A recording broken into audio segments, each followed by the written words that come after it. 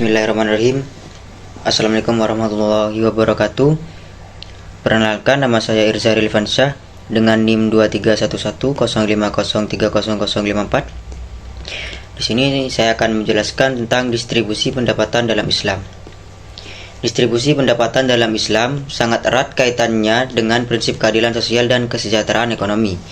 Islam mengatur distribusi pendapatan melalui berbagai mekanisme yang dirancang untuk memastikan keseimbangan dan mengurangi kesenjangan ekonomi dalam masyarakat.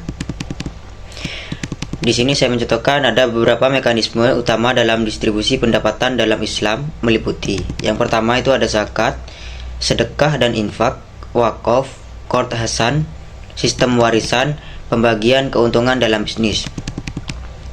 Di mana zakat di sini adalah kewajiban bagi setiap muslim yang mampu, yaitu mereka yang memiliki kekayaan di atas batas tertentu. Setiap tahun mereka harus menyisihkan 2,5% dari kekayaannya untuk diberikan kepada yang membutuhkan.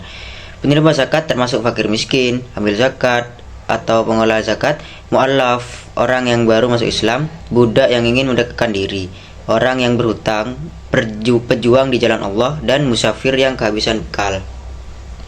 Terus di sini ada sedekah dan infak. Selain zakat, Islam sangat mendorong umatnya untuk bersedekah dan berinfak. Sedekah adalah pemberian sukarela kepada orang lain yang membutuhkan. Sementara infak adalah pengeluaran harta di jalan Allah yang tidak terbatas pada zakat. Terus ada juga wakaf. Selain wakaf, Islam sangat mendorong umatnya untuk bersedekah dan berinfak. Sedekah adalah pemberian sukarela kepada orang lain yang membutuhkan. Sementara infak adalah pengeluaran harta di jalan Allah yang tidak terbatas pada zakat. Kedua bentuk amal ini dapat dilakukan kapan saja dan tidak dibatasi jumlahnya.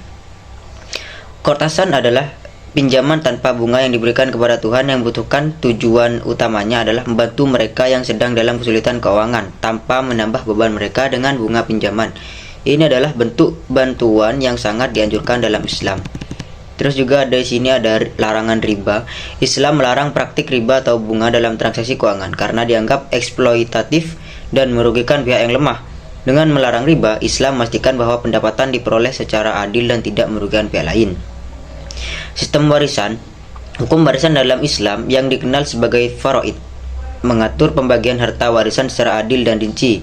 Tujuannya adalah untuk memastikan bahwa harta diwariskan kepada ahli waris sesuai dengan ketentuan yang telah ditetapkan, menghindari penumpukan kekayaan pada satu pihak dan memberikan hak kepada setiap ahli waris. Di sini juga ada pembagian keuntungan dalam bisnis. Islam mendorong model kemitraan dalam bisnis seperti mudharabah dan musyarakah, di mana keuntungan dan merugikan dibagi berdasarkan kesepakatan awal. Sistem ini memastikan bahwa semua pihak yang terlibat mendapatkan bagian yang adil dari hasil usaha.